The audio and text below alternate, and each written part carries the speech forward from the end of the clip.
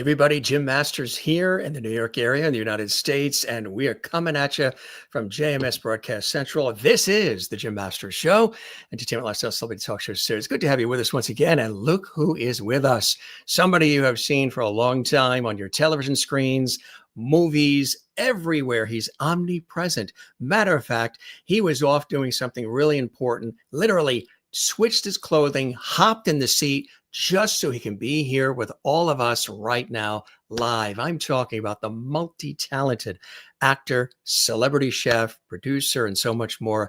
Jeremy Miller is joining us on the Jim Masters Show. Jeremy, welcome to the show, my friend. It's a pleasure to have you here. Thank you, Jim. It's great to be here. Thank you for having me on.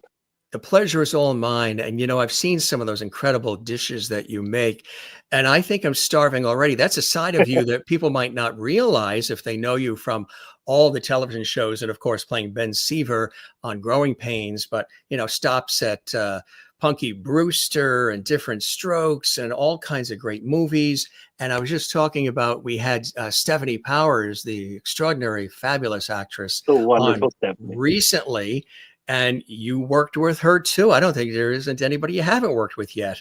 I've had the pleasure of working with so many just legendary and wonderful actors and actresses. I mean, in that same movie, Deceptions, where Stephanie Powers played my mom, the legendary Barry Bostwick played my dad.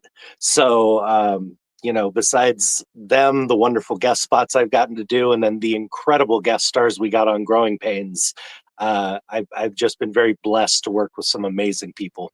You really have. And one of the cool things in just doing a little research for the show, you are so grateful every time that you talk about the career, your experiences, what you've learned, the ups and downs of life, everything you've been through, everything you've been very open and authentic about sharing. You have such gratitude for the ride and everything that's transpired since, right? I really do. I mean, even the downside, I don't regret anything. I really don't. I had such a wonderful experience with Growing Pains and with acting and the amazing opportunities it provided me. You know, everything I am and everything I've become today is because of all those experiences, good and bad. For me, the trade-offs were more than worth it, although there were plenty of trade-offs, you know, being a child actor. You know, the truth is, I can't be anything but grateful for all the opportunities I've had. And, you know, when you've come through an addiction and recovery and we're, you know, really at the lowest of the low, it's hard not to be grateful for all the amazing things in your life. Absolutely right. And the experiences that you've had, you've talked about so openly as well, which I think is amazing. And what's very inspiring about it all is you've sailed through with resilience and tenacity and you know, that can-do spirit, which is very inspiring for others who are maybe in the thick of things, the throes of things right now. And you know, you're a beloved figure in American television, and you've worked with so many incredible people. And the experience of being on a hit television series at such a young age, you know, that could be overwhelming for a lot of people too, and hard to handle. We've seen it with a lot of child actors. And I know you've also done some work, which is really wonderful. We've had Stanley Livingston and Paul Peterson have been here, A Minor Consideration, sort of helping child actors, making sure everything is appropriate and accurate for them. That's really important early in the game for a child actor, isn't it? It really is. I was very blessed to have my parents, mainly my mom and also my grandmother, who were very instrumental in kind of protecting me throughout my years in the business and making sure that I was taken care of. But they were new to the business. I mean, we had no one in my family who'd ever been in, you know, the entertainment industry. So they didn't know the ins and outs, and it's really needed. You know, something like Minor Consideration. I've worked with them for many years as well, to stand up for, you know, the kids and to help teach them, you know, to keep them protected, but also teach them to protect themselves, teach the parents what they need to look out for. It's really a way of educating the public about what they may be facing. Exactly right. It's a terrific organization, and Paul and Stanley, have talked about it extensively. You, I have to tell you, you have a terrific middle name, but I'm biased having the same name, James, Yes, sir. Jeremy James Miller. Yep. Uh, Name given it for my father. My oh, father is James Vernon Miller III. that's So right. And I'm James the fifth, the fifth. going all the way back. There you Uh, go. when I was a kid, of course, I was Jimmy. That's how it worked. And I still have cousins and family that says Jimmy. Of course. It's cool. Sometimes, if I'm with the family and my mother, she's in a supermarket or something, and she'll call out Jimmy, I'll be like, shh, they don't know me as Jimmy. Suddenly I'm a 5-year-old kid again. They know It me as takes you right back, doesn't it? Jim. Right. It takes it right back. You mentioned having, parents who really cared, which is fantastic. For you, I mean, you started out in this tough industry of Hollywood and entertainment really as a very young kid. What was that first opportunity? I know you did a McDonald's commercial, and that's Hmm. not too shabby because, McDonald's in the 80s, 90s, even 70s, it was it. Oh yeah. Everybody was going to McDonald's. Tell us about that. Um, I booked that audition. I began the acting thing. It was kind of on a whim. My vocal coach had daughters in the industry, and she had just suggested it to my mom that maybe something we want to think about. So we started it kind of on a whim. I mean, I was 5. I had no idea what it was about. When mom asked me if I wanted to try this out, I just thought, oh, okay, that sounds fun. But within my first 10 auditions, I booked this McDonald's commercial. And the amazing thing about it was whoever cast that one, man, they had an eye because it was me, it was Jaleel White, Urkel from Family Matters. It was Brandon Call, who also had multiple, I can't even remember which series it was. He had one on in the early 90s. He also had, I think, 2 in the late 80s that didn't go on for more than a few episodes. R.J. Williams, who was a highly working actor during the 80s and 90s as a young actor. And there was a 5th actor as well that I can never remember his name. It was another Brandon. And again, he worked exclusively through the 80s and 90s. I mean, almost consistently on every other show you saw, they were there. So it was really fun. And all of us got to see each other grow up in the industry. It was very cool to shoot that commercial. The only downside was we had to keep eating those cold hamburgers. And I didn't touch McDonald's for probably 10 years afterwards. I mean, my family still liked them, and I couldn't touch it. Because of course we're kids and nobody told us, that, oh, you don't have to eat them. Right. And Right. You just for, take a little bite or make it right. yeah, Exactly. exactly. Or oftentimes, I mean, not to be gross, but they'll have a spit bucket so you can Right. chew and then you get rid Right. of it in between takes. Or Right. nobody told us that. So us dumb kids just sat there eating and eating and eating and eating. And yeah, it didn't go very well by the end of the night, but it was a very fun experience. And I realized that I enjoyed doing this. I even enjoyed the audition process. So it was something we wanted to keep doing.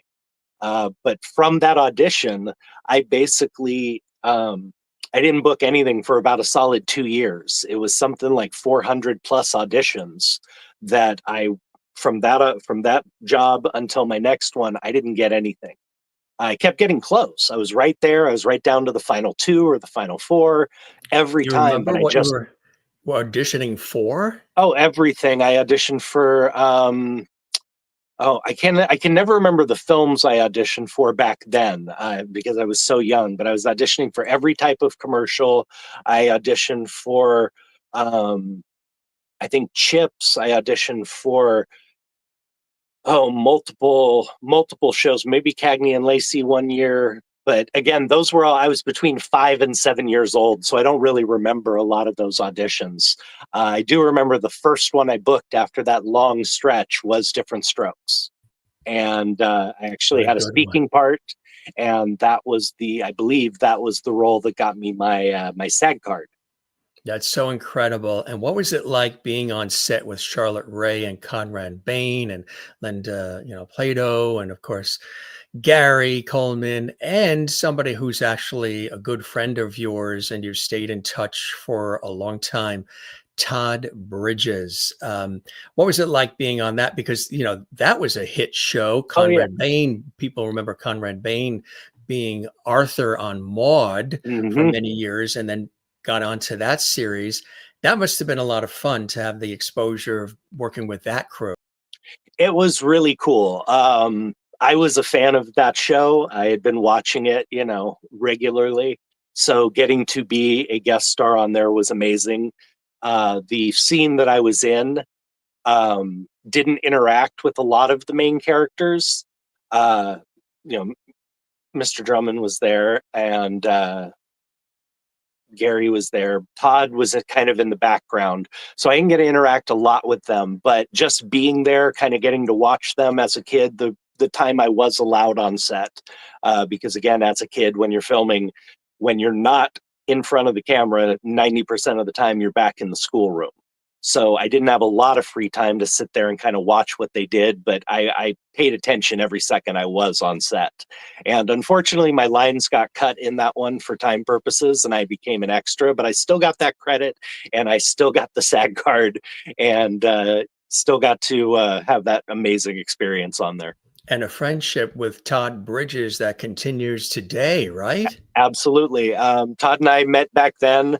And of course, I was so young and he was older. It's not like we bonded right at that point, but we got to see each other many times over the years at publicity events and things like that. We always got along. We were always close. And then as I grew up, especially when I started getting into recovery, Todd, who already had, a strong foothold in recovery, made it a point to check on me to make sure I was okay. He's always been very big brotherly with me, and especially after he lost Gary, he's always made sure to check in on me regularly and just kind of take my temperature, see where I'm at, make sure my head's in the right place, and make sure I'm doing good. So he's a very dear friend, and I love the guy. That's the best, I know. And he's, had his experiences and dealt with a lot of things in his life. And I believe the recent passing of his mom too. And, we send our to love to him and his family, and a terrific actor too, and a great guy. And we hope to welcome him as a guest on the show too. So if you, split a tuna melt with him, let him know he's welcome to join us. We would I will absolutely, definitely. we would love to have him here. You've worked with so many people too. We mentioned Different Strokes, but you also had an opportunity to Scott Baio and Company, Charles in Charge, Mhm. and also Punky Brewster, which was another hit. When you dove in, you were a part of some really iconic series, my friend. It, How'd this happen? it again, just the audition process. When things got rolling, they really got rolling. And it was, like I said, Different Strokes, then Charles in Charge, then Punky Brewster, then Pryor's Place, which was Yes, Richard Pryor's, kids show that he had put yes. together with Keenan Ivory Wayans, and just an amazing cast on there. So as I said, I've been very blessed. The people that I've gotten to watch and learn from and be involved with has just been incredible. Being on Punky was amazing. I loved the show, being a kid of that age. Soleil and I ended up being friends for many years after that show. We did a lot of PR together. We were actually on the game show Funhouse together. We did lots of things like that over the years. So again, it was just kind of telling. Again, Scott Baio is still a friend of mine. His wife is a very good friend of my fiance Joanie, and Scott had forgotten I was on the show. I got to surprise him with it in an interview we were doing together. But funny enough, Willie Ames still remembers the episode I was on. Every time we see each other, he laughs about all of us goofing off on the set. Willie Ames, another one, I tell you, who was everywhere from Eight is Enough. And Mhm. he was on the series Family as Christy McNichol or Buddy Lawrence's sort of on and off boyfriend, TJ Latimer. I remember that. He was always everywhere too. There's a group of you who during these times of the 80s, 70s, 90s, who were just omnipresent in so many things. And it was a different time because when people want, I mentioned I work in television and radio Mhm. as well, and I've had the pleasure of doing that. But these types of shows, like you've had the opportunity to be a part of, are really part of the psyche of Americana. They really, people feel so attached to them. They know the characters, they know what the inside of the set, the house looks like. They could probably read back some of the lines to you. Mhm. What was it like to have an opportunity at such a young age to be exposed to and a part of these iconic shows that people still revel in, appreciate, and talk about, and even crave today because there was a warmth, there was a Mhm. love, there was a lot of fun associated with all these shows, especially something like Growing Pains, where I have to tell you, all of you were so terrific in that series, and you really felt it was a real family, a group of people who truly looked out for one another and really cared about one another. What was that like for you? It was a privilege. You truly don't, of course, realize how iconic these shows will end up being, or how much of a fabric of Americana they will end up being. Um,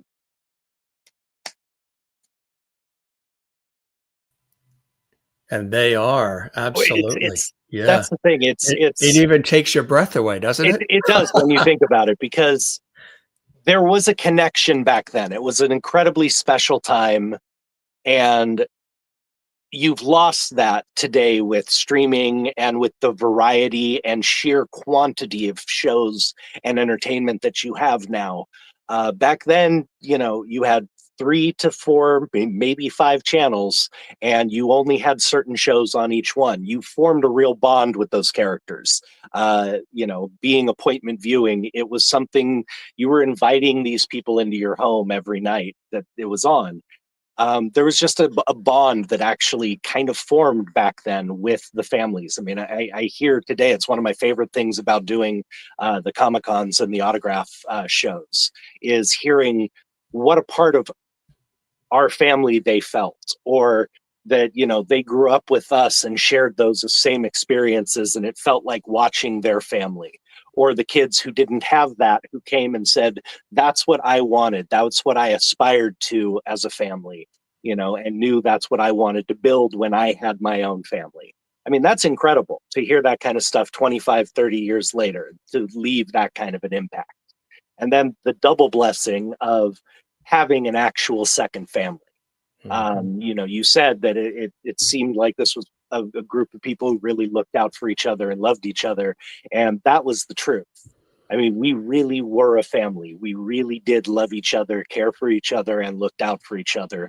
And I honestly believe, beyond the writing and the fun of the show, that that is one of the things that made our show that so great. Is that chemistry really did come through. So to Yeah. have another set of family, another mom and dad, another brother and sister, although I never had any sisters, but other siblings who love you and look out for you. What a blessing. And, heck, as a kid, 8 years old, 9 years old, even 10 years old, I'd sit on Joanna's lap at the end of the season and I'd cry because I had to leave them, you know. So it really was my family. How did that opportunity come for you? So you had, these other iconic shows that you were a Mhm. part of, and you were in commercials and starting out really early, and then Growing Pains sort of comes your way. But how did that develop for you, Jeremy? Well, it was just another audition. At that time, I was going on an awful lot because I was booking a lot. I was being requested to come in and audition quite a lot. And it was pilot season. So it was maybe my sixth or seventh pilot that I had auditioned for that season. And I don't remember the actual audition. All I know is I never got to read the actual lines or the script that they gave me. I went in and I just started being a kid. I went in and started telling the producers jokes and doing impressions and dolphin calls because my voice was very high back then, and just lots of different stuff like that. And the producers always said that that's what got me the role. It was that I was a real kid and that came through. when you were on that series, of course, the adulation, the attention, fan letters that you got and Kirk Cameron got and everybody got, was it overwhelming for you, or you were able to handle the notoriety and everything that now all of a sudden was coming your way? Because you were an actor doing a job and doing it well Mhm. with the cast and crew. But then, of course, it's becomes almost 24/7 because they want you to be Ben all the time when Mhm. you're still Jeremy. There were moments where it was overwhelming. It wasn't overwhelming as a whole. I think my mom and my grandmother were always very good at explaining things to me in a way that made sense to me. Um, so the autographs and the people, wanting a part of me, wanting my attention, my time outside of work, was something that was normal and was explained to me. And it's the way I've always looked at it is, well, if it wasn't for these people who like your work and want to be a part of this and want to meet you and want to talk to you, if it wasn't for them, you wouldn't have a job because it wouldn't be popular in the first place. So it never bothered me, that side of it. But there were specific moments where it was very overwhelming. When I went back to school the first season, after filming, and the show had started and it was a hit already, and I had gone back to this regular elementary school, public school, and the first recess, every kid on the playground, and I'm not kidding, every class, there's 500 or more kids in this public school, they descended on me all at once. I mean, I'm standing in the middle of the playground and they all just basically mobbed me. And I had kids grabbing at my arms and, hey, come play this, come do that, come do. And that was very freaky, very overwhelming. The principal and the teachers actually had to come push through the students and come get me out of there. And I ended up eating lunch in the principal's office for the first week while students kind of adjusted to the idea that I was there. um, After that, everything was fine. But that was very overwhelming and very intimidating. Um, Another one that was more funny overwhelming was when I began a new school. I believe it was in sixth grade. I started a new school. And when I got there on my first day, every student was wearing a Growing Pains shirt. This school had been hired the previous season to be extras in a school carnival. So I'd already met all these kids, and they had all been gifted the shirts as a little present for being extras on the show. And they decided to surprise me with it on the day I showed up. So funny, overwhelming, but still, kind of odd. What a cool story. And with growing pains and doing a little research, now we're here on the East Coast. You're on the West Coast, we're here on the East Coast, in the New York area. And, we grew up New York Mets fans.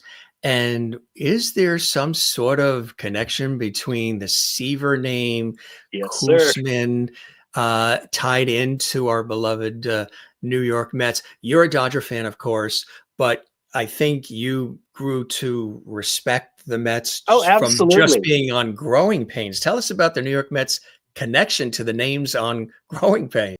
So our creator was a huge Mets fan. So the Seaver name comes from legendary pitcher Tom Seaver. In fact, Mike's name originally was going to be Tom. I don't know the story about why they changed it, but that was done to honor Tom Seaver. There were also multiple characters that we um, named after famous Mets players throughout the years. And those were all done just with a nod to our creator's love of the Mets.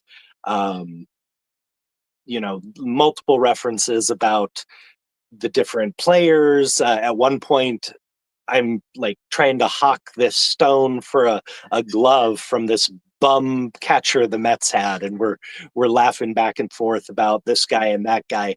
They loved referencing the Mets, and truthfully, as a kid who, again, big Dodgers fan, but that rivalry with the Mets, especially after '88, and now we got another little one going here with that, championship series last year, and the Mets looking smoking hot this year.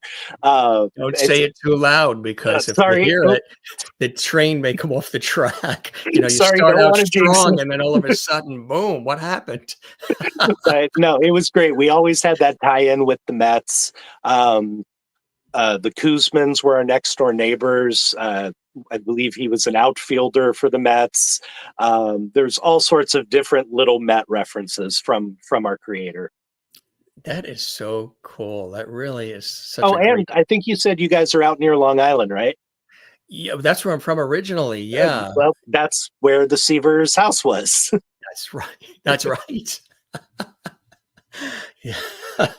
It's really amazing when you dig in deep. So now you got a little trivia there from our great friend Jeremy Miller about some of the names on Growing Pains. There's a reason for everything. We you had an opportunity to work with so many fabulous people. I mentioned Stephanie Powers, so many others over the years. But like you said, it was like a family, and Joanna Kearns and Alan Thicke were really like parental figures on set for you. You've talked about Absolutely. that. Um, what was it like working with an Alan Thicke? Now, Alan Thicke, beyond Growing Pains, was such a prolific entertainer, creator. The theme song to Different Strokes he wrote, a Mhm. lot of incredible theme songs. He was just an all-out incredible person. And from everything I've heard, affable, warm, funny on set, and dearly missed, of course, by all of us, but I'm sure you and the rest of the cast. What was it like working with an Alan Thicke? Working with Alan was just an honor. I mean, first I'm going to talk about his talent. I mean, he was truly a renaissance man when it came to the entertainment industry. I mean, musician, actor, producer, writer. I mean, I believe if I'm not mistaken, he wrote one of Barry Manilow's first TV specials. Wrote all the banter for him and all the jokes and all the stuff. Um, he was just insanely talented. Played 4 or 5 instruments, as you said. Wrote music, like Different Strokes theme song, Facts of Life theme song, multiple commercial jingles over the years, game show jingles, things like that. Alan never stopped working, and he was always working. He always had his hands in different pies and different projects. In fact, the back of every one of Alan's scripts, so before, cell phones and where we could keep all that information in our little digital pockets, Alan would have every phone number and every person he's trying to contact and what they're talking about and project names and everything written on the back of every week's script so that he could run to the phones or run to his trailer in between, rehearsals and make all the calls he needed to get the things done he was doing. He was always moving in 7 different directions and always doing it well. He was one of those rare people who could truly do it all. Now that's just his talent. Uh, the man was one of the most heartfelt, loving, caring, generous human beings I've ever known. He was one of the warmest people you could ever meet. Within 5 minutes, he'd make you feel like, his best friend ever. And getting to work with him, getting to watch and learn from him, just a comedic genius, and getting to watch how he conducted himself on the business side of the industry as well was invaluable. Um, it was hard to get through rehearsals with Alan, as it is with many people who are extremely funny. Alan had an irreverent sense of humor. It was different times back then, and you could definitely get away with saying a lot more, and we did. And Alan was perfect at saying the absolute wrong thing at the right time and just cracking everybody up. Especially if he got rolling during a tape day, oh man, our director would have to beg him. He's like, come on, we got to get this. You got to lay off. The cameramen are laying on the floor laughing. You really have to stop. But that was just him. That was just his nature. He was an amazingly funny man. And as I said, just the warmest, sweetest, gentlest human being on the planet, hockey playing aside. Right. He was a diehard, yeah, Canadian hockey fan for sure. And what a beautiful tribute, Jeremy. I know a lot of people have probably asked you upon his sudden passing. Um, Thanks for sharing that in such a heartfelt way. I know people watching, fans that are watching now around the world, are comforted to hear that. And Joanna Kearns, of course, playing your mom, a brilliant actress as well. Terrific working with her too, huh? She was absolutely incredible. She was our mom. And again, just a fabulous actress who could do it all. You know, if they needed dramatic and subtle, she had it. If they needed overblown and over the top, as many 80s sitcoms did, she could give you that as well. And again, just Joanna had such a wonderful heart, still does. She's an amazing lady, incredibly talented, and now an amazing director. We had the privilege of being directed by her in the second Growing Pains reunion movie. And short of having to dig her an early grave for stretching herself so thin, she was amazing. One of the best directors I've ever had the chance to work with. So I can see why she's so amazingly popular and so successful now.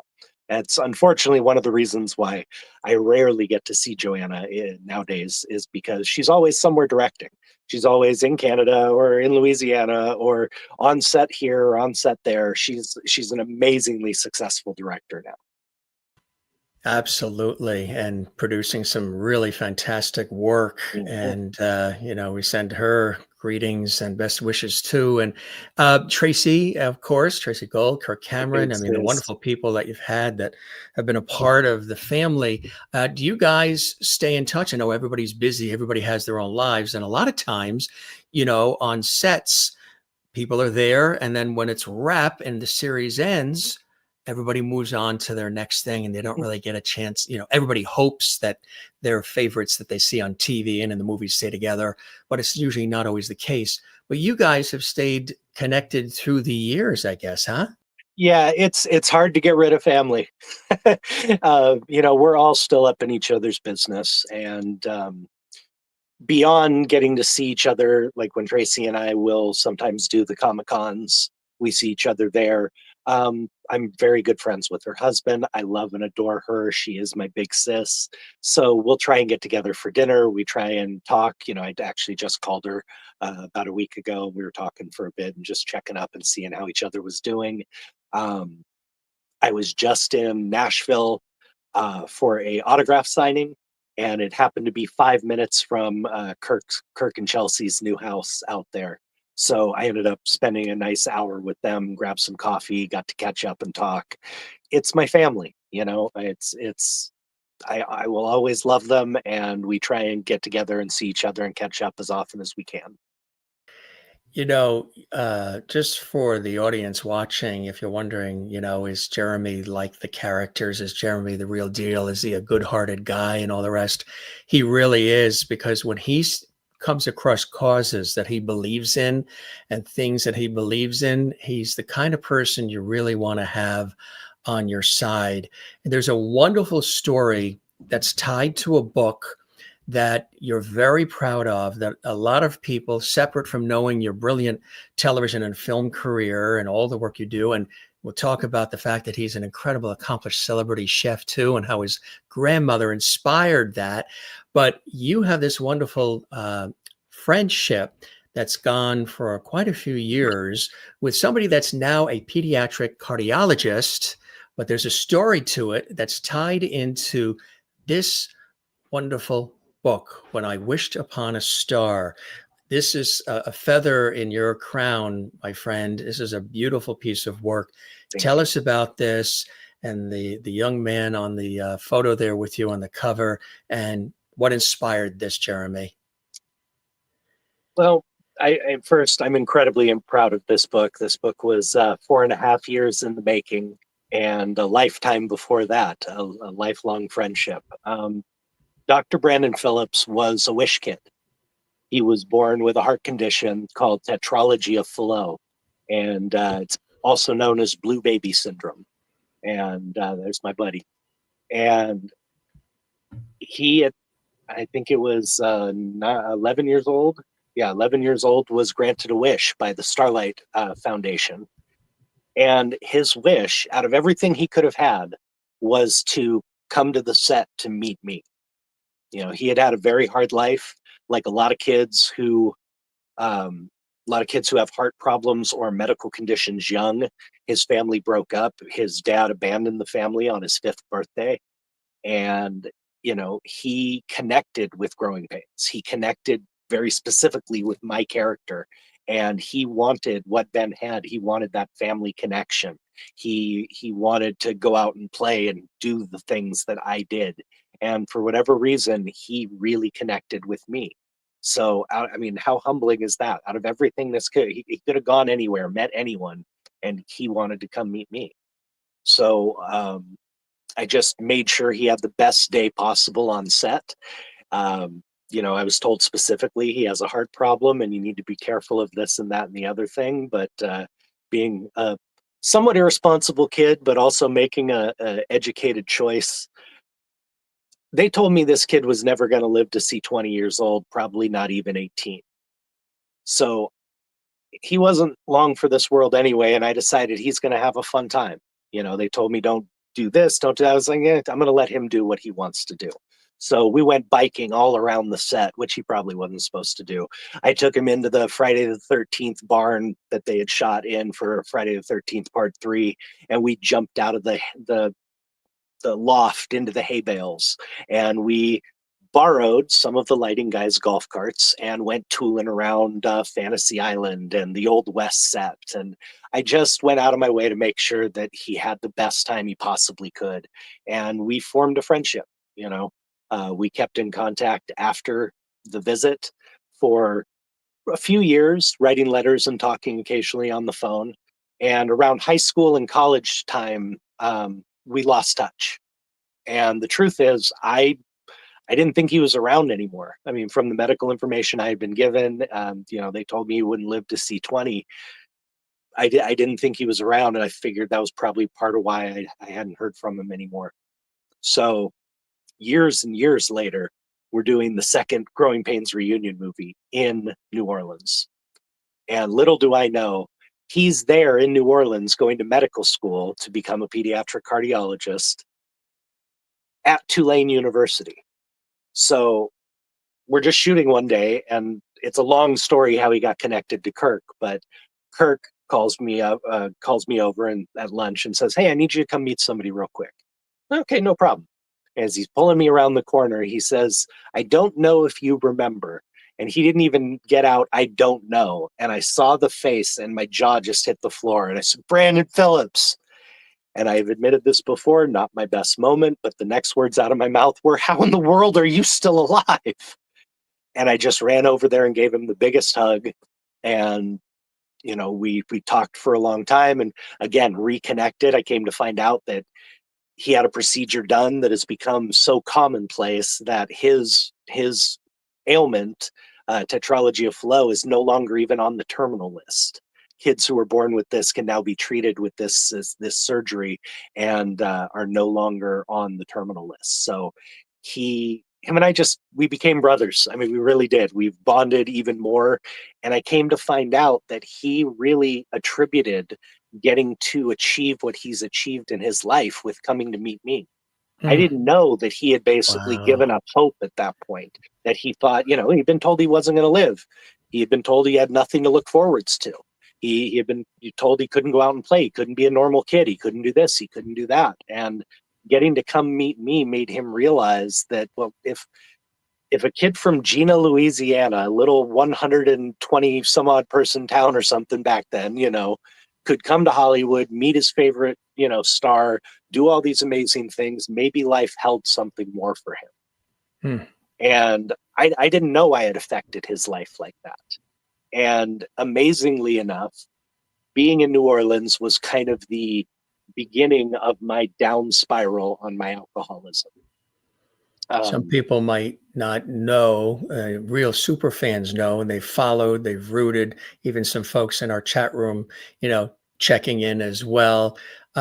You've been very open about that. Yes, sir. And I think it's not easy to do that, not always easy for people to express and open, but in your doing that, it's so inspiring and empowering for others. They say, here's somebody who is very successful on television and film, beloved, very talented, creative, but he bleeds. He's human too.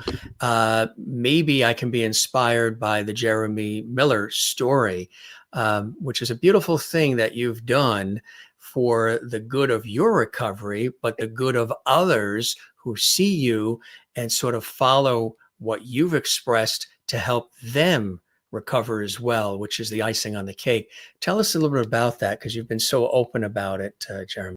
That really was the only reason I went public with my recovery. The truth is, recovery is easier anonymously. I mean, it just is. Being in the public eye and letting people know you're in recovery opens you up to a lot of scrutiny. But I didn't care. That's the truth. When I made the decision to go public with my recovery, it was for one reason only, to hopefully help someone else and let them know that there is hope and there is a way through this.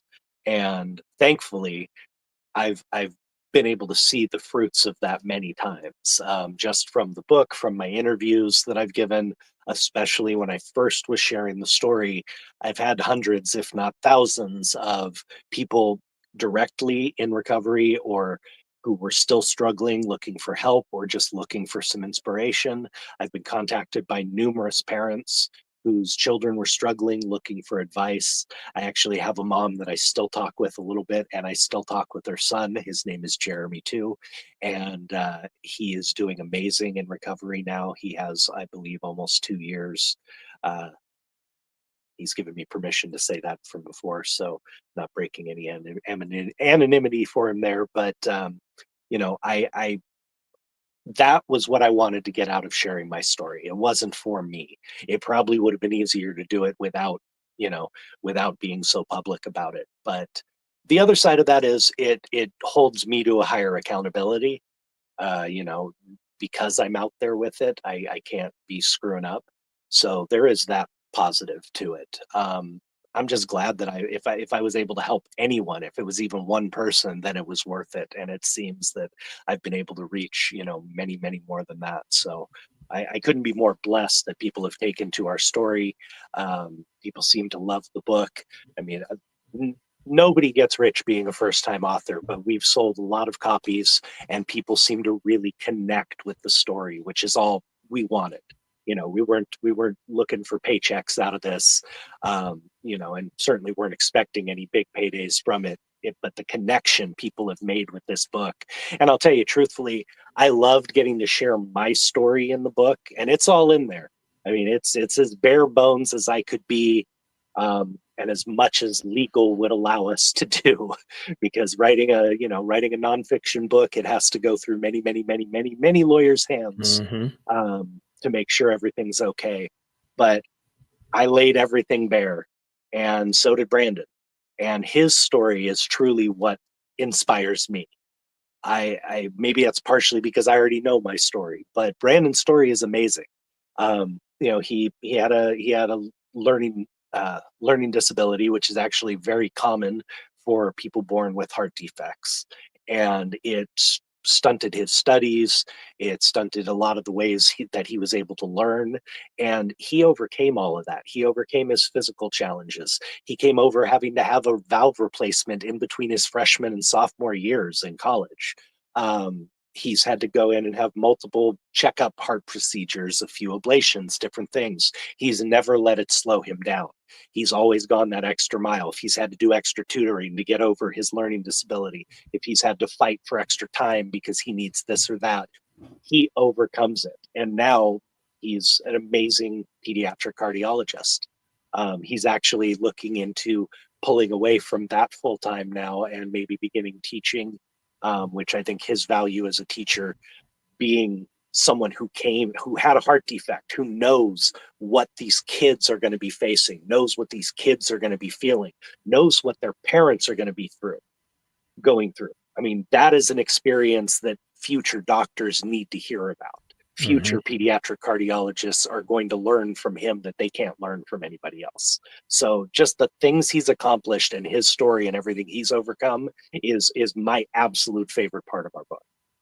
It's really incredible, and you've learned so much along the way. He's learned from you, you've learned from him, and I'm sure for him, admiring you on Growing Pains and the work and following your career, he's just blessed. You're blessed to have met each other Well, because you've he inspired each really other. is. I've never heard about it happening before. As far as I know, he is the only wish kid to turn around and save his wish's life. Wow. Because when I was in the depths of my alcoholism, he was crucial in helping me get into the program that I got into that helped save my life. If it hadn't have been for him vouching for me with the CEO of that company, I probably would not have been let in. Alan and Kirk and a couple of other my friends personally called the CEO to vouch for me, to vouch for, the person that I am when sober and that I was worth trying to save. And he told me this. I worked with that company for a couple of years afterwards, and the CEO told me every time, he said, "You know what? It was nice that they did that for you, but your celebrity friends, that didn't mean crap to me." He Mhm. said, "Your doctor buddy who vouched for you is the reason you got in." How incredible, right? Sort of So like one just that full circle thing where, goes around, comes around, again, right? he Yeah. I apparently, without knowing it, helped put his life on the right path and helped save his life. And he turns around and does the same for me 25 years later. It's just insane. Mm. You were meant to have come across each other in life, almost, like brothers Absolutely. in a certain way, which is really extraordinary. Because for you, I mean, I guess uh, it came early for you, the taking a drink here and there. Was it the pressures of the industry, or just fun thing to do? Everybody tries all kinds of different things sometimes when they're younger. But how about for you? For me, it was more curiosity. I mean, I started, again, the story goes, at somewhere between 4.5 and 6, running around grandma and grandpa's parties, finishing off all the beers. Um, again, that wasn't an everyday thing. They only had a party every so often, but it happened at most of them until I came across a can that someone was using as a ash can, and that cured me of that for a while. That takes care of Um, that. Yeah. that took care of that pretty quickly, but again, when the opportunities presented themselves, I always took them, and it always led to excess. So it was more a curiosity thing, just being a dumb kid thing when it was early on. But I always drank alcoholically even then. There was no off button for me, even at 10, 12 years old. But I didn't consciously start drinking, drinking with purpose until I discovered the um, self-medicating aspects of alcohol. My anxiety disorder, which had definitely been put on blast by a lot of the abuse by my stepfather, a lot of the things I had tried to, really put out of my mind, I found, oh, hey, a bottle helps with that. And that was really the kind of root of my addiction, the really beginning point, the tipping point. Um, was trying to kind of forget about all that. It wasn't the wildness of the, industry.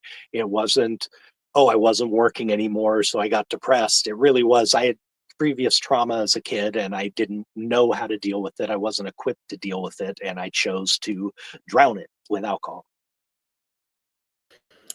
And you've been able to sail through, do what you can, and get that help, which is, again, so incredibly inspiring, and so happy that things are, the way they are for you now. And I know of all the amazing things that you've done and accomplished, and that you love and have celebrated in your life, it does take loving people, of course, around you to be there to support you and to also believe in you.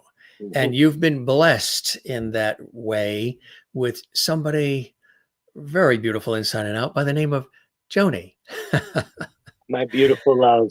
Oh, and Strange having enough, a support system like her just I could is never have made it through without her. I mean, truthfully, she has been my rock forever. And amazingly enough, she was brought into my life on that same trip where Brandon was brought back into my life. So, New Orleans holds a pretty special place in my heart, considering two of the most important people in my life and two of the most important people in saving my life were brought to me on that trip. Joanie is the love of my life. We have three boys. We're empty nesters now that are all out of the house doing their own things. So incredibly proud of them. But Joanie is my rock. We met on that trip in New Orleans. We've been together for 21 years now, 21 amazing years. And, she was really the catalyst for me trying to get sober. Um, Now, I'm not saying I did it for her, but I did it for me because I could see the pain I was causing her, the pain I was causing my boys. Um, that was my motivating factor. So, and I, I couldn't, I would not be here in this world, much less on this planet, or much less doing the things I'm doing now, helping people, getting to, still act and still cook and still write and do all the things that I'm getting to do. I would not be here if it wasn't for that amazingly strong woman. beautifully said. And, again, it was a meeting that was meant to be and meant to happen. And so happy for you both, my friend. I got a chance to chat with her on the phone, and she really is a very delightful, joyful person. I You agree. mentioned, yeah, she really is, and hope to meet her one day too. Because I love people like that. You both though. You have you're old souls, a certain spirit about you. I think that's Thank you, my people friend. really appreciate that you're the real deal. And here you are, in Tinseltown where everything is created, but you are real, honest to goodness people with a heart. You mentioned cooking. And there's this whole other side of you that's incredible as a celebrity chef. And you're also hired for private parties and things of that nature. And I think your grandmother also had a restaurant, and there was Yes, some sir. influence in watching her. We pulled up this cool shot. I guess you had it in for food kind of early. He's already washing the pots and pans, folks. Well, What at was this from? Do you remember? that was actually second season, I want to say, of Growing Pains. Right. Yeah. That was one of the episodes where us kids had destroyed the kitchen and I had to get it cleaned up before my parents came home or Yeah. something along those lines. But You yeah, also that's had a wonderful way to do something with your eyes. If you look, the expression there, you just had a certain way to be able to say, "Look, are you kidding me or what here? Let's keep it moving, folks." thank you. I have been told that, especially when I was young, by all of the photographers and directors I worked with, that I How have long do I got to scrub this pan? Did you get yep, the that I shot have yet? very expressive eyes. Right. I've scrubbed this pan 30 times. Did you get the shot yet, Vinny? Well, funny enough, at that age was right about the time I was doing exactly that for my grandma at her restaurant. Right around that time was when she had opened her restaurant. And during the summers, when we were on hiatus from Growing Pains, I would go up there and I would work in the restaurant with Graham. And that was, to me, it wasn't work, it was hanging out with Graham. Um, so she started off, I'd help around the kitchen, just cleaning up, doing dishes, doing whatever. My first real summer there, I was a busboy. Next year, she let me do busboy and starting to serve and wait and take orders. And from there, I went to breakfast cook for her. And the next and last summer I was there with her, I was doing full meals and working with her in the kitchen. So that was my first kitchen experience from about 11 years old to about 15. And Wow. I absolutely loved it. Like I said, it wasn't work to me. It was something I loved doing, and I was getting to spend time with my grandma. It was one of my, favorite people on the planet. And that's where I got my passion for cooking. And for her, it was that way to show you loved others, that way to give to others. And that's what I've always loved about cooking. I can't stand cooking for myself. I have no interest in it. I'd rather throw some top ramen in a pot. But if I'm cooking for others, I go all out, and I love getting to see people enjoy the food and the effort that I put into it.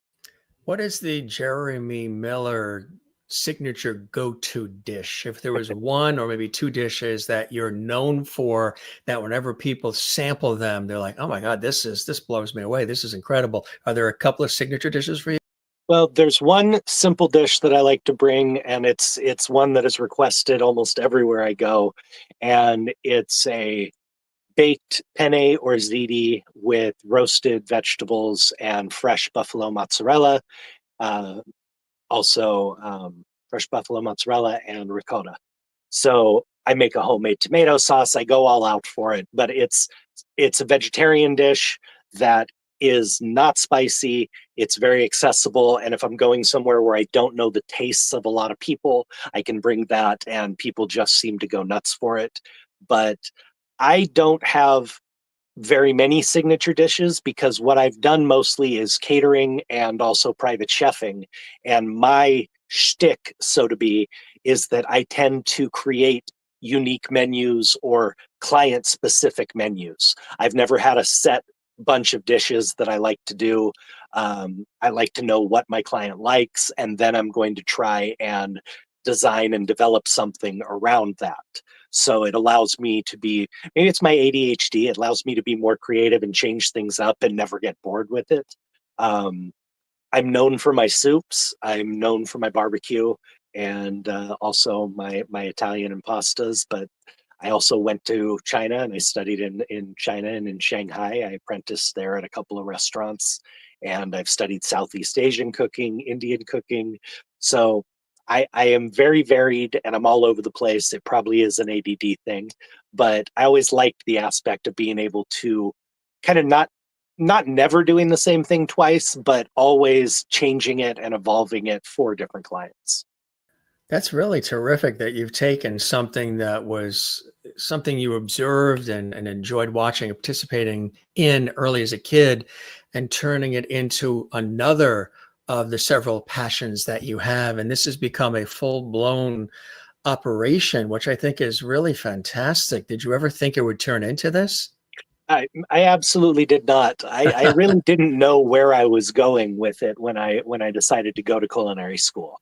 I knew I needed to find something more consistent than the auditions, which at the time were going very slowly. And like any smart person in the entertainment industry, you really do want to have multiple streams of income to keep things going.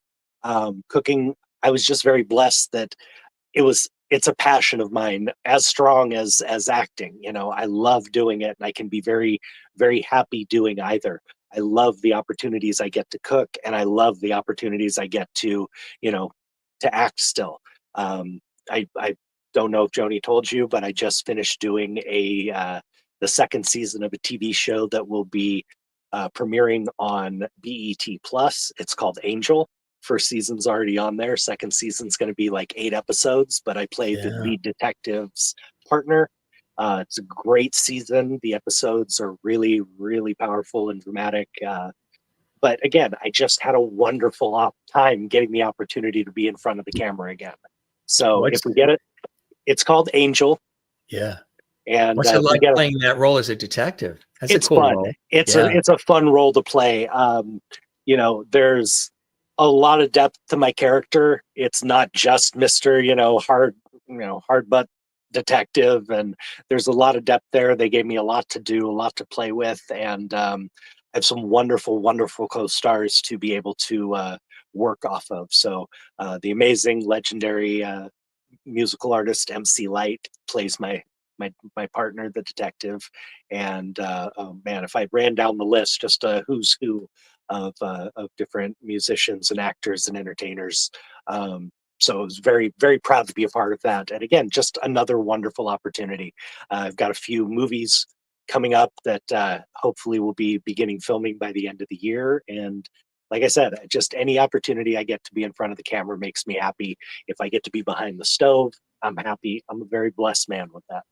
You are. You absolutely are. After Growing Pains, you co-starred as Jake in the TV movie based on an untrue story with You worked with Morgan Fairchild, What an Robert opportunity. Goulet, Ricky Lake, Victoria Jackson, and somebody legendary, if those folks weren't legendary enough for everybody, Harvey The Korman, of great course. Harvey Korman. My friend Chris Corman, a dear friend of ours, Mhm, is a big fan of our show, and we've talked about his legendary dad and all of those epic moments on the Carol Burnett show when he and Tim Conway, mhm. unscripted, would just have us laughing in stitches. What was it like working with those kinds of folks? Again, just a blessing to be working with such an amazingly talented and varied crew. I mean, I was a huge fan of the Carol Burnett show. My grandmother had shown me many, many, many, many, many episodes. I loved Harvey Korman. And I also was a huge, to the point of being able to recite every single line word for word, Blazing Saddles fan. So the opportunity to work with Harvey Korman just floored me. And I had an actual scene with him, which was incredible. But, again, the cast on that, Ricky Lake, Dan Hedaya, Victoria Jackson, Robert Goulet, the list went on and on from these legends and amazing comedic talents. So as I do, I'm a sponge. I watch and I absorb and I try and learn everything I can and see how they do what they do and try and pick up everything I can.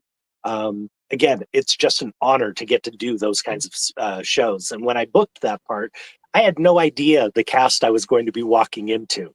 So when I walked on set that day, it floored me seeing the amount of talent that was there. You studied drama at the University of Southern California for a while too, right? Well, I did. I attended USC for drama for 1 year, but unfortunately, during that year, within I think the first month and a half, I broke my ankle badly, severe break, and that limited what I was able to do. Since I was taking drama, a bunch of my first classes were stage movement and dance and this and that. Um, so I had to drop those classes. Then, another month after that, I got diagnosed with a horrific case of mono that dragged on for almost 4 months. Um, so I had to drop the rest of my classes. So studied is kind of an overreach, but I did attend USC for drama. I enjoyed the few classes I did get to participate in, but unfortunately, my year was spent mostly sick, and then the time I wasn't sick, since I had to drop all of my classes, I basically just partied my butt off. So not a lot of studying got done, But he attended, as he said, he but I attended. did attend. He was there. They do remember him. The other thing too that I think is really, really cool, and again, for those who are diehard fans of your work on television with the series and the so many movies too, TV movies. I mean, you've been a part of so many epic performances. You have this wonderful relationship with this beloved character in the world of animation and illustration, Linus Van Pelt, and you are the voice of, as they're talking about 75 years of Peanuts, the beloved Charles Schultz. How did this come about where you were able to provide in several different opportunities the voice of Linus in that epic, epic franchise? First off, let me say being a part of the Peanuts franchise and legacy is just an honor and completely amazing. Um, it came apart about like anything. I just got an audition, but the difference here is when I went in, they put you in the sound booth and give you your little headphone and give you some lines to read. And as soon as I got done reading my lines, I there were two men who ran Peanuts television for Charles Schultz. He didn't want to be involved with the television side of anything. So he had these two wonderful gentlemen, Lee Mendelson and Bill Melendez. And I believe it was Bill, might have been Lee, but I believe it was Bill who comes bursting into the recording room as soon as I got done and says, "You sound the most like the original Linus I've ever heard. You're hired." And it was the only time I ever got hired on the spot. Um, but that was it. I didn't do anything different. Um, maybe I made my voice a bit higher as I was doing it. But other than that, I just used my own voice and gave them a performance. And apparently it was not so much about the performance, it was that I sounded exactly the way they wanted. And I booked the part. And I got to do it from 84 to 87, which was a little more than 3 years, which I came to find out now that it's the 75th anniversary. We've been doing some Comic Cons and different things to celebrate the 75th anniversary. And I've gotten to meet a lot of different voices from the show. And I came to find out 3 years is a really long time. Most of the kids age out of the voice within about a year and a half to 2 years. So I got a longer run on Peanuts than most people do. Again, very blessed. That is cool. And did you grow up enjoying Charlie Brown Oh, and Snoopy and all of that as a I was a kid? huge fan. I mean, huge fan. So, and on top of that, Linus was always my favorite character. So the fact that I got to be my favorite character on one of my favorite shows, I was through the moon. As a kid, you just don't get any more excited than I was to be a part of And how much of Linus is in Jeremy and how much of Jeremy is in Linus? it. I think a lot of that is why I always connected with Linus.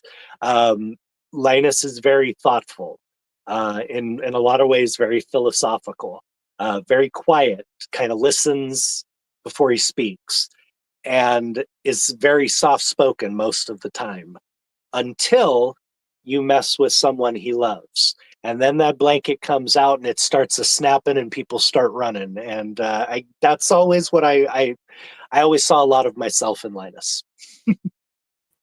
That is cool. I Yeah, tend to have very high protective instincts when it comes to the people that I love. So the I, people I that you just, love. I always connected with that in Linus.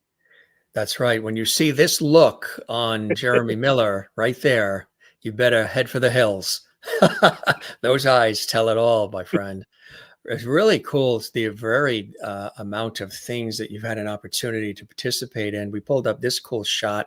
This is you cooking with Tracy Gold and Kirk Cameron, reunions, gatherings, and now, cooking with them as well. Huh? How cool was that? That was absolutely awesome. We got to do that for a little talk show that Kirk was doing. And that's actually just almost a recreation of exactly what goes on when we get together. Hmm. Um, I tend to, or at least when he was living here in California, I'd just go up to his house, when our friends would be in town or whatever, and I'd cook for him and the kids and him and Chelsea, and we'd hang out and just have a meal together and have a good time. His daughters were much younger when I started getting, going over there. So they'd pull out the stools and they'd help me, in the kitchen and do some chopping. And it's family. Those are my nieces. So this is a real good recreation of what we do when we get together. Of what you do when you get together. Absolutely. Again, a family that still continues today, which I think is so beautiful. Got this shot too from the longer by. But there he is. Oh, There he is. and that episode, that I think was the first episode that Candace Cameron was on, playing my best friend from school. So she plays my camera person in this one, and she ended up becoming a semi-regular on the show as a guest star as one of my friends, and then as a possible love interest who doesn't return the interest. So You were Jeremy was channeling a young Jim Masters at that time because that's what I was actually doing at that nice. age, interviewing the family, the relatives, Hmm. sort of developing the career. You look the part, my friend. Thank you. Ben That's what we TV. were going for. That's it. We got another great shot too. Oh, I loved that one. Yeah. Huh? Tell us So about that this. was, I believe that was People, I think that might have been the People magazine. It was just a kind of Where Are They Now, but they wanted to recreate that iconic Brian Wilson shot. Brian Wilson from the Beach Boys, of him in the bathrobe with his surfboard. And we went down to Santa Monica Pier. As you can see, it's fairly early in the morning, and just managed to get this great shot. I got to work with a wonderful photographer for that, and getting to again recreate something very iconic. So again, blessed. I don't know, hashtag blessed. That's just Hashtag blessed all I for can say Jeremy. about my entire life. You mentioned Pryor's place. Rain Pryor and Richard Jr. Are dear friends of ours, and they've been guests on the show several times. Richard Pryor, of course, an icon in comedy. What was it like being a part of that and working with, a Richard Pryor and all the rest that were part of that show?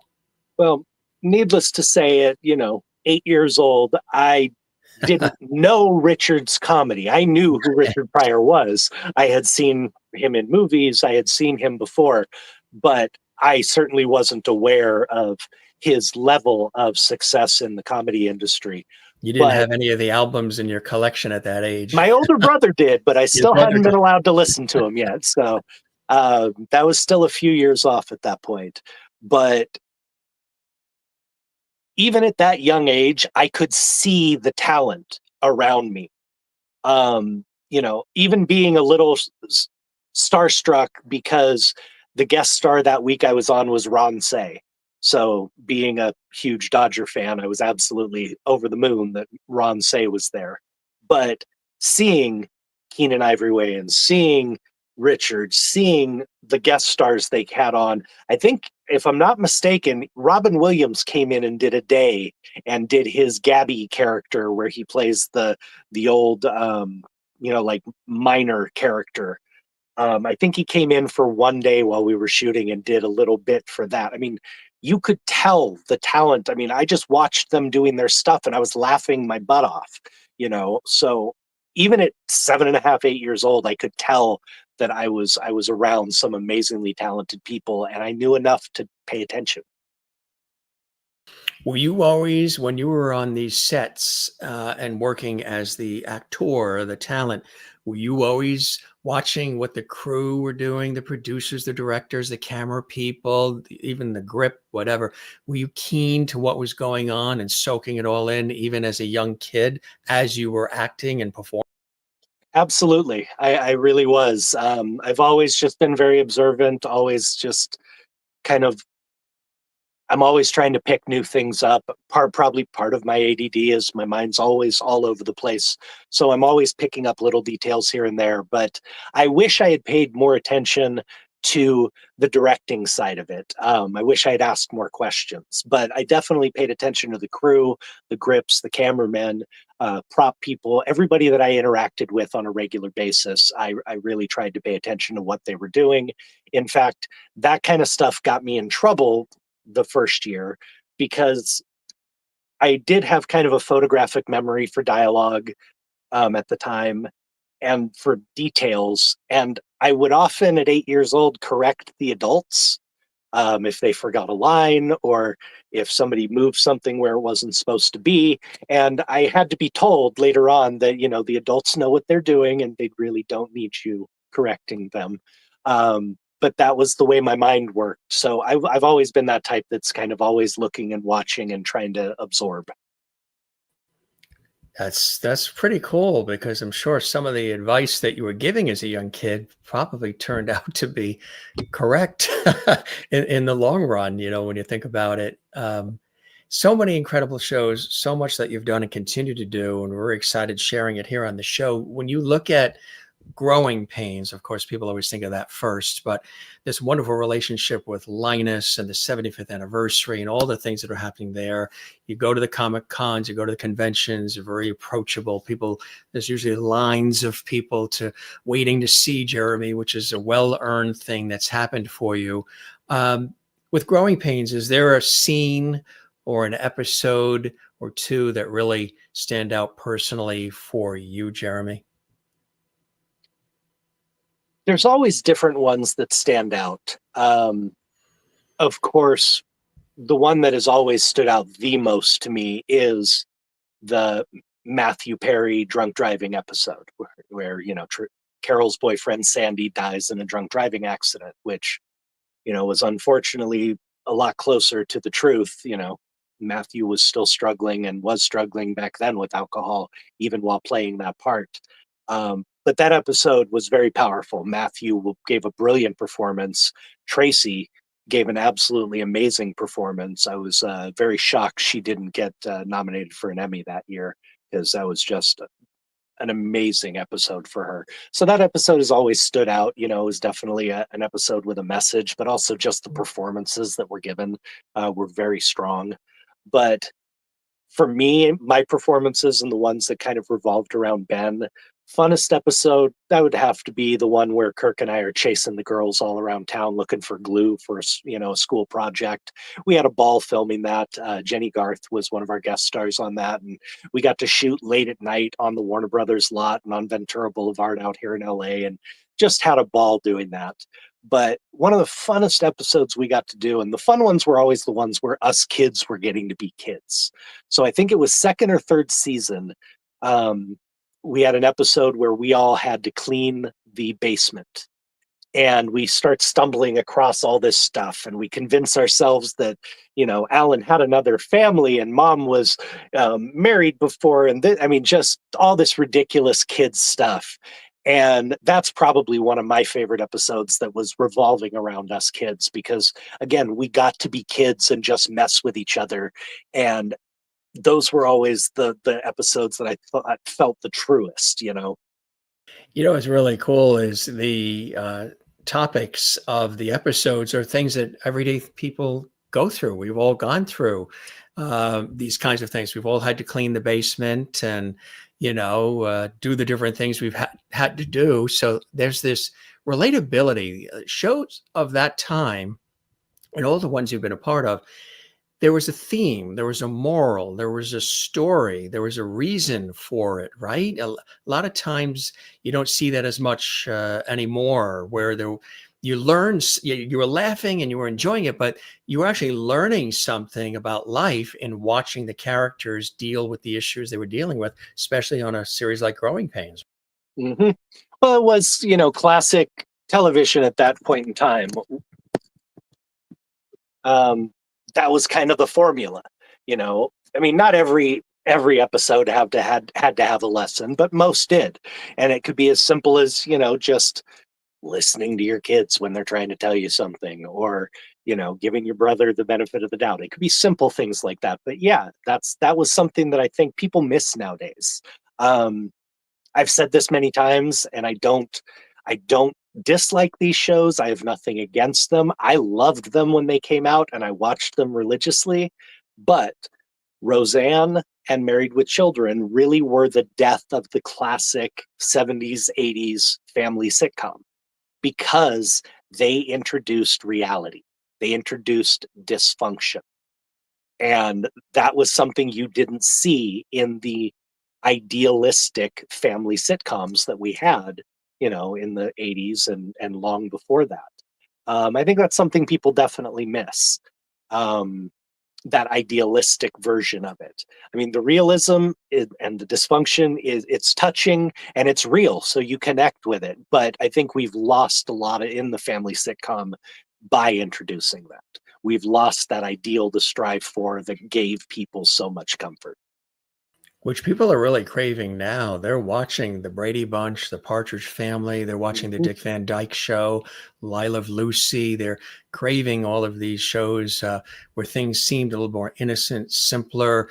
Not that everything had to be perfect, but just a simpler, easier time. And it was about relationships and how do we survive this and how do we get through it for the good of all of us, which obviously, through Growing Pains, has certainly accomplished that.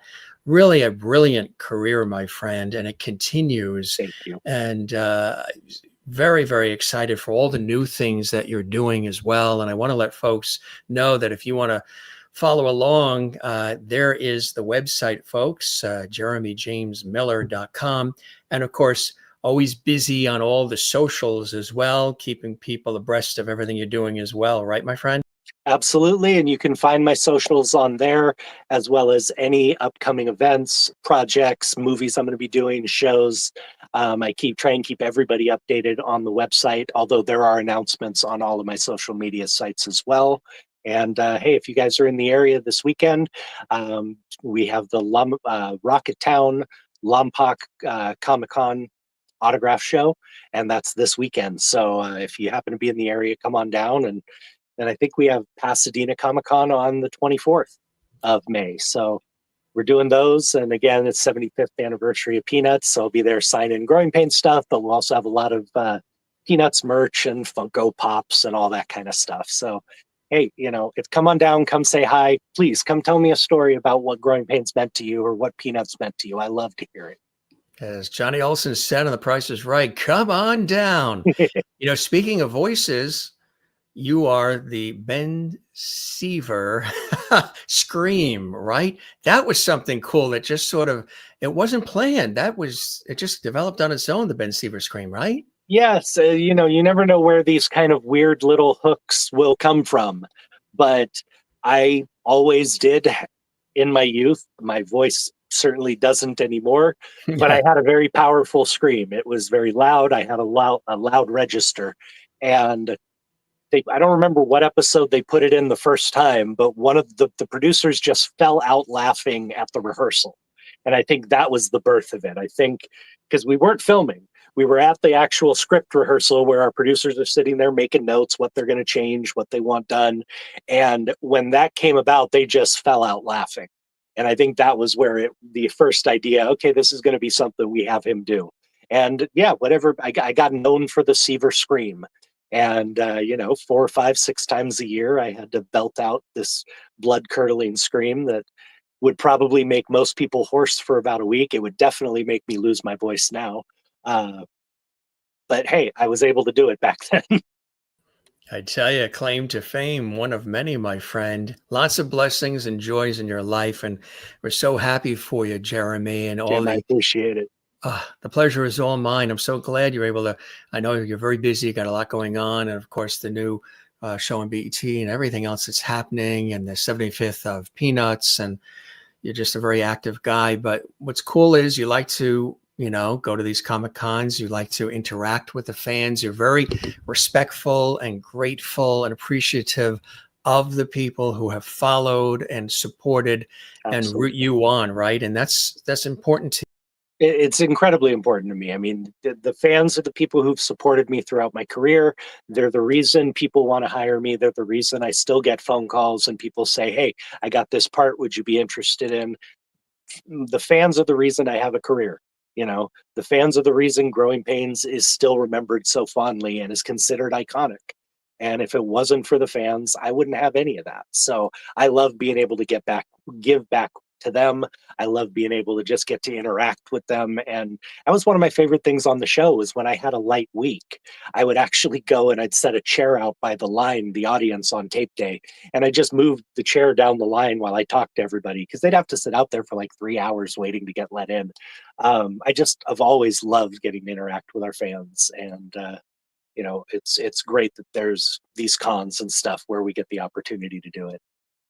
Good stuff, my friend. And we were honored and blessed to have you with us here on the Jim Master Show as well. And so many incredible people have been commenting and wishing you the very, very best. I'll show you a couple of quick ones here. Kathleen in New York City says, thank you for being here, Jeremy. Great conversation. Loved it. Wish you the best always. And Maureen in Arizona, some of our regular faithfuls, says, you're an amazing human, Jeremy. Thank you so much for being with us this evening. Best wishes for a bright future. Love and hugs to you, and God bless. God bless you all. M saying, love you guys, and really appreciate all these wonderful comments. You guys are really the best, and keep it coming. Good stuff, my friend. You are amazing. And I really appreciate you popping on our show. Spread the word about our show. If you talk to Todd, he's welcome, or anybody else. And definitely. I hope you enjoyed the time with me as much as I have with you, Jeremy. It was a true blast. Absolutely loved it. Thank you for having me on. And believe me, you're getting the seal of approval for anybody I talk to. So I'll let Todd know and the other guys because this was great. Wow, I think I'm going to do the Jim Masters scream after this. Thank you. I really appreciate that. I'm honored to have you here. Well, I always tell the guests, we'll keep the porch light on for them. You're welcome back anytime you just want to chat, whether it's 20 minutes or an hour, however long. The light is always on for you, my friend. And thanks to you and to lovely Joanie and everybody. And come see us again, okay? Definitely. Thank you, Jim. Now go get some dinner because you just literally got in the door. Yeah. You be well. We'll talk soon. Sounds great. Thanks. Cheers. incredible Jeremy Miller joining us here on the show. I hope you guys enjoyed it. I see from all the great comments that have been coming in from all around the world, you've enjoyed learning a little bit more about one of your favorite characters from television and movies, but also a guy with a big heart. There he is then, there he is now. And there's another shot, of course, Leonardo DiCaprio ended up being brought on the series as well. He was a part of the series. Talking Growing Pains, but as you can see, he's been a part of television for many years, some 40 years now. It's hard to believe because he started, at such a young age and working with all of these iconic figures. That's the original actress that played Tracy before Tracy Gold, and then they brought in Tracy Gold to take on that character. But Jeremy Miller, you know him for all these years on television. I'm going to take a look at a couple more comments too before we wrap. He is a celebrated and really accomplished chef. He did go to the Cordon Bleu for a bit. And there he is.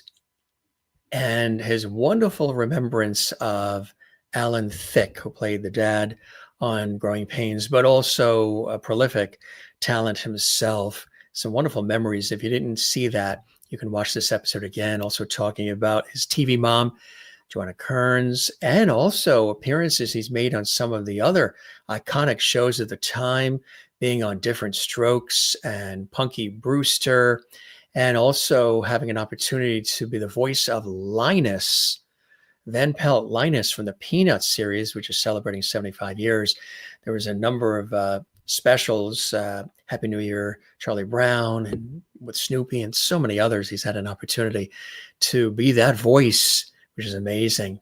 Pryor's Place, all kinds of TV movies. He said he's going to be shooting some more TV movies as we speak. For years, concurrent with his, starring roles on television and guest starring roles, he also has been on television and many, many roles in TV movies, which is amazing. Really a great guy. There he is there. He loves to greet his fans. He makes all the appearances.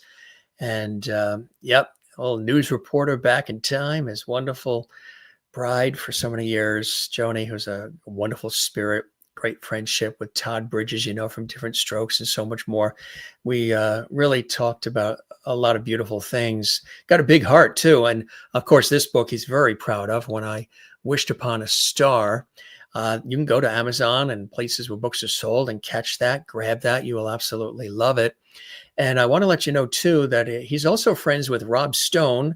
And Rob Stone, from Mr. Belvedere. He was Kevin Owens. And Rob Stone was just with us the other night here on the Jim Masters Show. Jeremy and I were talking about Rob before we went on the air live. And he's a good friend of Rob Stone from Mr. Belvedere, another classic series. So if you didn't see that heartfelt conversation on the Jim Masters Show, it is archived on our YouTube channel as well. Hundreds and hundreds more incredible celebrity friends and guests who've been with us for several years now on JMS.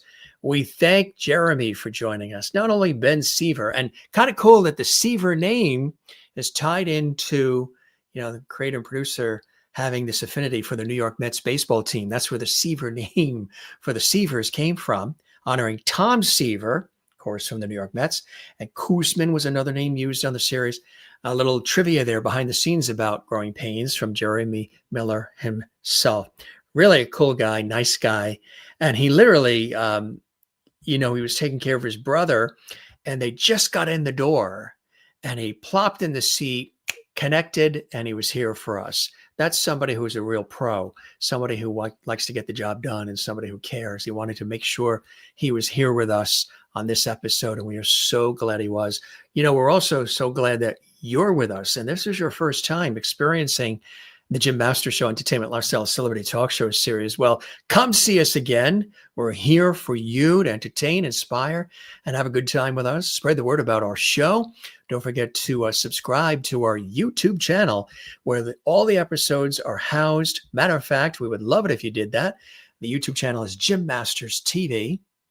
Leave a comment below in the comments section as well. Interact with us. We love to see your comments when the show is live, but also, when it's archived and you watch the show later at any time, morning, noon, and night.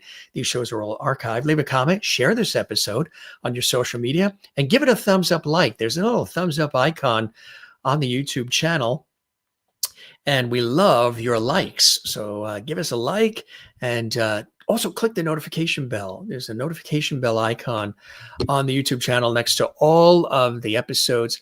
Click that so you'll be alerted about all these great guests, these special episodes, and all the cool things we're doing here at the Jim Masters Show for all of you, everybody watching around the world. So we thank you for the love and support, those who subscribe to our channel, those who comment, support, share, and it means the world to me as your host and producer. And if you're new here on the show, welcome to the Jim Masters Show, Levity Family, as we call it. That's love and levity together, and we love having all of you here. We see a lot of new faces and our regulars joining us as well. I do want to thank a very special viewer who's always with us here, and that's Maureen. She's in Arizona. She loves all of our shows. She shares. She's a subscriber. She's a big fan of our show, and she did what's called a super chat in support of our show, which we really appreciate your doing. And usually when that happens, when the show is live, I'd like to personally acknowledge it on the air. Maureen, that's great. So you and Kathleen in New York City sort of matching each other. We appreciate that. I have to match you, Kathleen, because I agree that this is a wonderful conversation with Jeremy. Thank you, Maureen. We appreciate that. And I believe a little bit earlier, Kathleen also did the same thing. These are real super diehard JMS, Jim Masters Show supporters and followers and fans of ours. Kathleen does work with the New York Mets in certain capacities. So I'm sure she loved the story that the Seaver name for the Seavers on Growing Pains have a connection to the New York Mets baseball team. Very cool. Wonderful show. Thank you, Jeremy, for being here. Love this. Great to meet you, Kathleen. Thank you for your generosity and support of the Jim Masters Show. And thanks to Danny for joining us here. Cullen Fields is here. Enjoyed Jeremy on Growing Pains. M is here as well. And Jane, I believe Sherry here. A lot of incredible people from around the world. So nice to see Danny Hooley here. And a lot of great people commenting in the comment section. Merlin is here from Canada. Really, really nice. And some of you also been very open about your own experiences and things you've gone through. And I see that here. And we wish you nothing but joy and love and healing and happiness in your life as well, especially those who have commented in the comment live chat section. You've been open. When Jeremy was being open about his life and his career and the things he's dealt with, some of you have been pouring your heart out to us as well. And we see that. And we thank you for that as well. And Kathleen says, you're a good guy, Jeremy. Loved you on Growing Pains too. Great cast. And M, thank you for being so open and honest in your comments as well. And everybody, just it's really beautiful to see everybody watching. So again, if you want to see the episode of Rob Stone or Anson Williams from Happy Days and Marion Ross and so many great folks, check it all out. Paul Zolo is here, prolific singer, songwriter, musician. He's a big fan of our show, and he's been a guest on our show as well. He says, greatness, very great. He absolutely loved this as well. Valencia Burns, I grew up on Growing Pains. Logical Spark says hello to everybody. Good to see you as well. Logical. I love that name. And just everybody, so many comments and so much interaction. We love that. We love when you interact with us and you let us know. When you see me looking over here, I'm looking at some of the live comments that have been pouring in here. And M is watching from Florida, USA. And Jim Dow is here watching from St. Clair Shores, beautiful St. Clair Shores in Michigan, USA. Thank you for watching from there. And everybody, and Jim says, great show. Thank you, Jim. I appreciate that as well. And everybody watching. This is archived, so you can see it again on our YouTube channel. in full in its entirety. And also you can follow us here. I'm on Instagram and X and Facebook at Gym Masters TV. So follow us there. Jeremy's on all the socials as well. And if this was your first time, we welcome you to the Gym Masters Show experience. And if you liked what you saw here on this episode, come see us again for daily episodes and shows and all the great archives that we have here designed for you. It's quite different, unique, and special. We do this like an entertainment, lifestyle, celebrity talk show series, not just interviews, but good, warm, free-flowing conversations. For those of you that are new, we don't script anything. I'm not reading a teleprompter. This is all off the cuff, free-flowing, and conversational style with our guests. So the guests don't send me questions and say, ask this, talk about this, only discuss this. It's a free-flowing conversation, so you never know where it turns. And I think it's much more authentic that way and real that way for you, for the guest, and for me and all of us together as we're watching and enjoying these shows and episodes unfold. So real good conversations here on the Gym Masters Show. All right, gang, thanks for being with us. I am your host, Jim Masters, thanking you for your time this time. Till next time, come see us again. As we always say, don't forget to love one another, take care of one another, and don't forget to do the very same for yourself. It's really important to do that. Took you down memory lane with Jeremy Miller and all of the incredible shows, Growing Pains and more. His wonderful book, very heartwarming story about that, his life, his loves, his passions, and also cool things he's working on now. Thanks to iconic actor Jeremy Miller for stopping by the Gym Masters Show. And thanks to all of you as well. A real pleasure. So come see us again. Yeah, a lot of comments coming in here. We love this. We love this. We love this. You loved when I had Kai Baldwin on. Kai Baldwin, a dear friend. We met at Tony Orlando's farewell concert. And Kai's a wonderful friend. And Maureen, thank you very much. Always the best with JMS. Thank you a million times for all you do for us lovities. Thank you very much. Lovely hugs from Kathleen in New York and everybody else. All right. Go have fun binge watching the past episodes. There's lots to enjoy and catch up on. We've got so many more guests joining us, some surprises, and a lot of cool things for you. So for everybody watching, I am Jim Masters once again. We appreciate you being here.